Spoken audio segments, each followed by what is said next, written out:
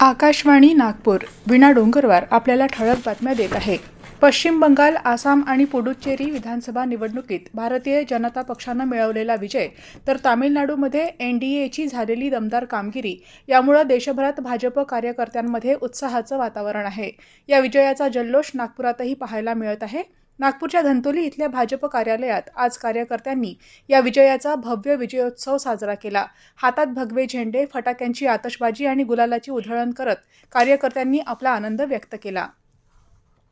मुख्यमंत्री देवेंद्र फडणवीस यांच्या अध्यक्षतेखाली झालेल्या पंढरपूर तीर्थक्षेत्र विकास आराखडा शिखर समितीच्या बैठकीत 4,150 कोटी 46 लाख रुपयांच्या सर्वसमावेशक आराखड्याला मान्यता देण्यात आली। पंढरपूर हे राज्यातलं सर्वधर्मियांचं श्रद्धास्थान आहे, त्यामुळे या ठिकाणी येणाऱ्या भाविकांना आवश्यक पायाभूत सुविधा उपलब्ध व्हाव्यात। पुढील 50 वर्षांचा विचार करून या तीर्थक्षेत्राच्या ठिकाणी करण्यात येणारी विकास कामं येत्या 30 महिन्यात पूर्ण करावीत असे निर्देश मुख्यमंत्री फडणवीस यांनी आज दिले। पुणे आंतरराष्ट्रीय विमानतळावर सीमाशुल्क विभागानं केलेल्या कारवाईत मोठ्या प्रमाणावर अंमली पदार्थ जप्त करण्यात आले असून या प्रकरणी 2 जणांना अटक करण्यात आली।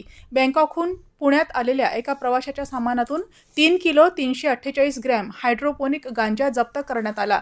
त्याची अंदाजे किंमत 1 कोटी 17 लाख रुपये आहे। बँकॉकहून पुण्यात येणाऱ्या एका प्रवाशाबाबत संशय आल्यानंतर त्याच्या सामानाची तपासणी करण्यात आली, तेव्हा 6 पारदर्शक पाकिटांमध्ये हा अंमली पदार्थ लपवल्याचं उघडकीस आलं। अमरावती जिल्ह्यातल्या संत गाडगेबाबा अमरावती विद्यापीठाचा 43वा वर्धापन दिन, महाराष्ट्र दिन आणि आंतरराष्ट्रीय कामगार दिनानिमित्त उत्कृष्ट सेवा गौरव पुरस्कार 2026 आणि वार्षिक अंक स्पर्धा 2024-25 चे पुरस्कार कुलगुरू डॉक्टर मिलिंद बारहाते यांच्या हस्ते प्रदान करण्यात आले। यावेळी व्यासपीठावर प्रकुलगुरू डॉक्टर महेंद्र ढोरे, कुलसचिव डॉक्टर अविनाश असणारे, विज्ञान आणि तंत्रज्ञान विद्याशाखेचे अधिष्ठाता डॉक्टर हेमंत देशमुख आदी मान्यवर उपस्थित होते। नागपूर सेवाग्राम रेल्वे मार्गावरील सेवाग्राम रेल्वे यार्ड परिसरात लघु पूल अंडरपास क्रमांक 759/1 चं बांधकाम सुरू आहे। या महत्त्वपूर्ण पायाभूत सुविधा प्रकल्पाचं काम सुरक्षित आणि सुरळीतपणे पूर्ण करण्यासाठी संबंधित रस्ता 5 मे रोजी सकाळी 6 वाजल्यापासून ते 30 मे 2026 रोजी रात्री 12 वाजेपर्यंत सर्व प्रकारच्या वाहन आणि पादचारी वाहतुकीसाठी पूर्णपणे बंद राहील।